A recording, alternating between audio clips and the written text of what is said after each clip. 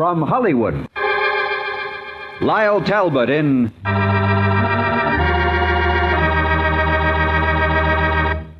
The Unexpected. The Unexpected. The Unexpected. Life is filled with the unexpected, romantic, tragic, and mysterious endings to our most ordinary actions. Dreams come true, or dreams are shattered by sudden twists of fate in The Unexpected.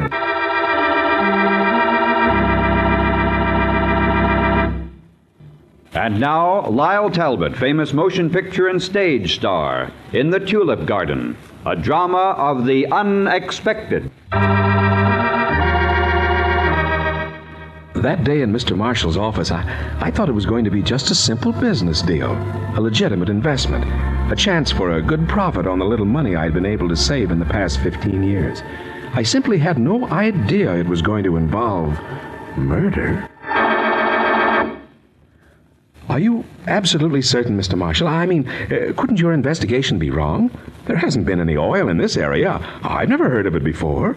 Oil? In my own backyard? We found it in stranger places than that. But suppose, Mr. Marshall, I just wanted to sell you my home, my land outright. We're not in this business to cheat the little man. The Marshall Petroleum Development Company has a reputation to maintain.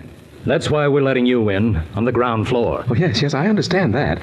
But about some of the details, I'm not completely clear. Now, let's see.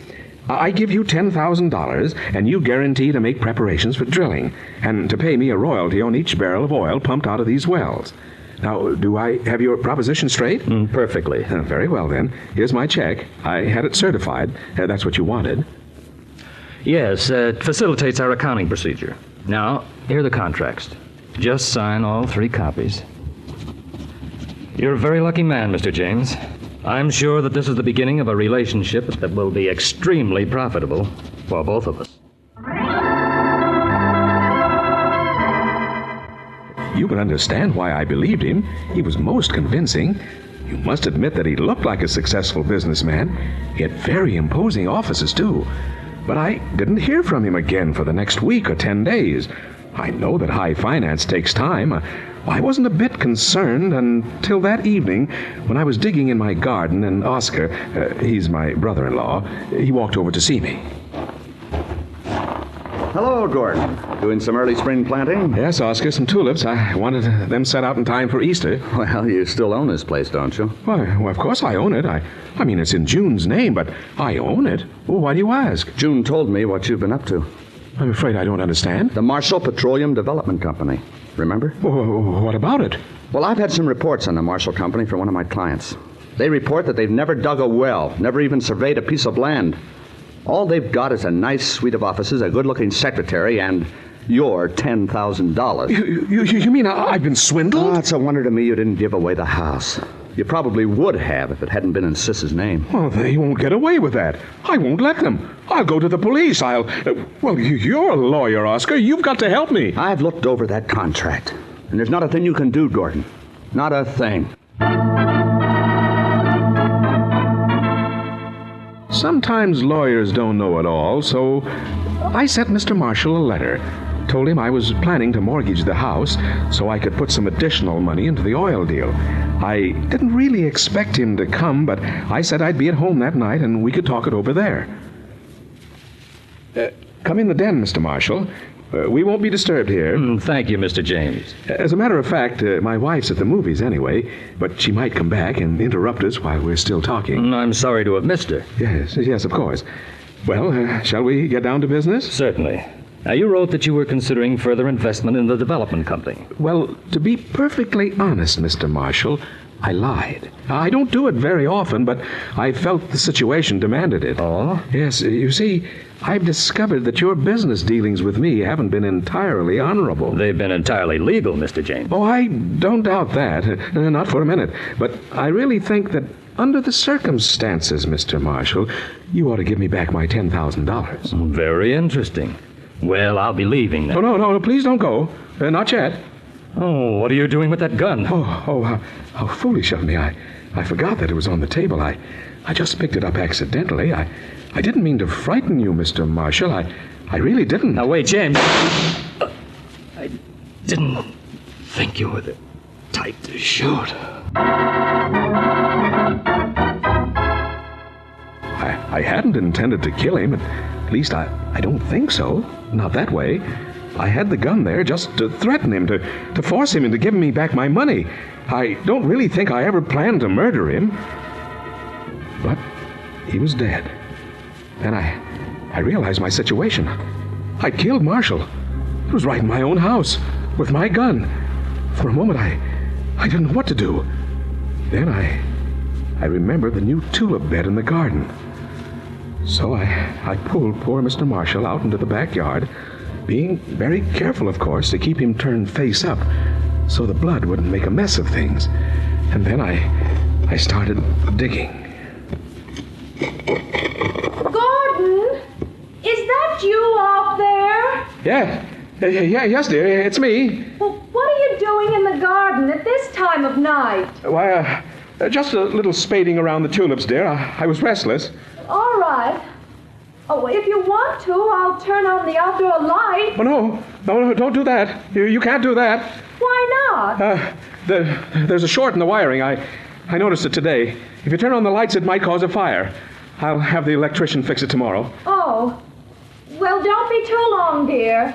I'm going to bed. I'll be up soon. Good night, June. Good night. Oh, by the way, did that Mr. Marshall come to see you? No, he didn't come. I wasn't really expecting him.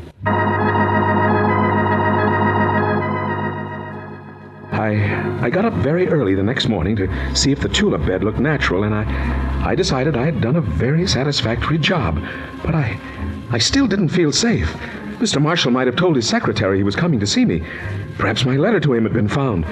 For the next few days, I was terribly afraid that someone would come to me and start asking questions. Say, Gordon, did you hear about your friend Marshall? What happened to him, Oscar? I mean... He stepped down. Oh, I see. Just in time, too. I understand the DA was swearing out a warrant for his arrest. Oh, I guess he was lucky then. Yeah, and they found a lot of money in his safe. Well, Gordon, it looks like some of you who invested in this setup might get it back. Oh, really? And if you do recover that 10 grand, you'd better put it in June's name, too. Yes, I might take your advice, Oscar. Well, it's about time.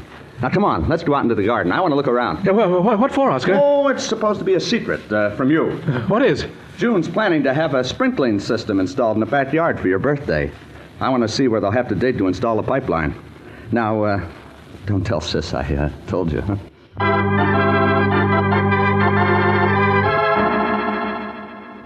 Of course, I couldn't let them go digging in my garden. I had to stop Oscar somehow. I thought of all sorts of excuses. Told him that it would be too expensive, that June couldn't afford it, that it was too late in the season anyway, but Oscar insisted. Then I had an idea.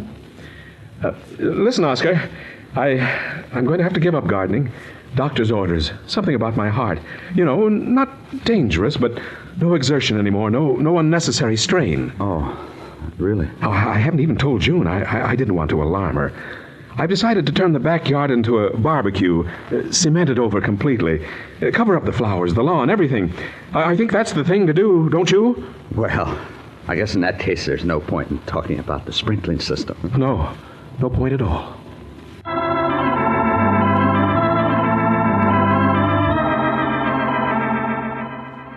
It was a wonderful idea. No one would ever think of hunting for a body under a 3-inch layer of concrete. And after the concrete had been poured over my tulip bed, I felt completely safe. Why, now I could even think about leaving the house. We could sell it, move away, go to another town. But I like this house, and I don't see why we should sell it now. But, June, we can get such a good price, don't you understand? Oscar says real estate's at a peak, and anyway, I'd like to get away from here. It'll do us both good. I haven't been feeling so well lately, you know. Yes, I've noticed that. The doctor thinks a lower altitude might make a difference. Maybe somewhere in California, near Los Angeles. Well, if you've made up your mind. Oh, I'm so glad you agree, June. So very glad. I'll talk to Oscar tomorrow. He can handle our affairs, sell the house, take care of all the details. Why, we won't even have to bother. Oscar will get rid of everything.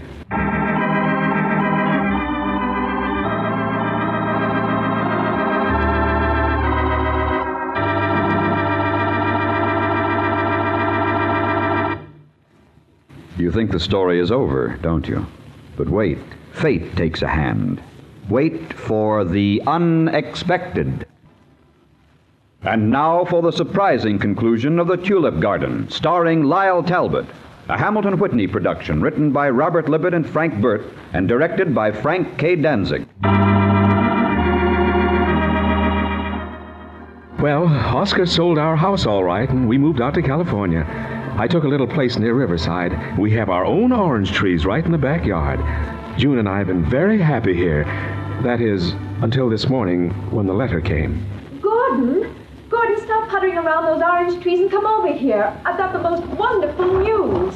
All right, dear, what is it? It's a letter from Oscar. Here, you read it. Oh, what's happened to him? Well, start at the top of the last page. That's the important part. Yes, here it is. I didn't tell you, June. When I sold the house, I reserved 50% of all the oil and mineral rights for you. It looks as though that Marshall fellow knew what he was talking about. They tested and found lots of oil, so you stand to make a pretty penny. Guess where they're going to put their first well? They've already started to break through the concrete, and it's going to be right where Gordon used to have his tulip garden. Remember?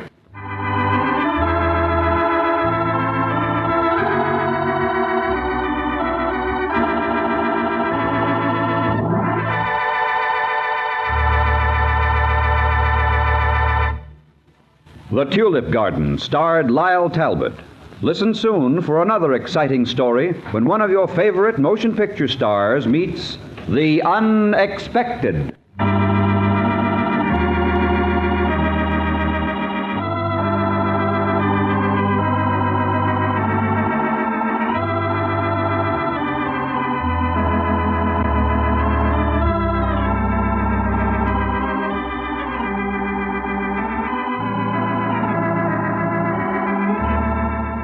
This program was transcribed in Hollywood.